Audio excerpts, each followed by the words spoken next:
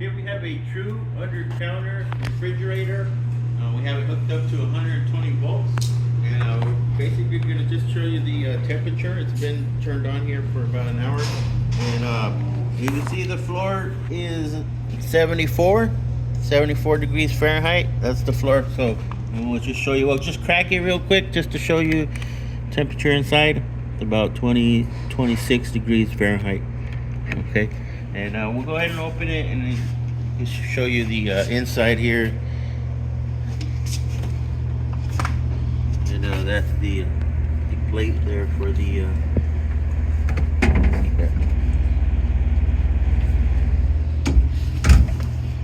okay, it's got 4 shelves on it.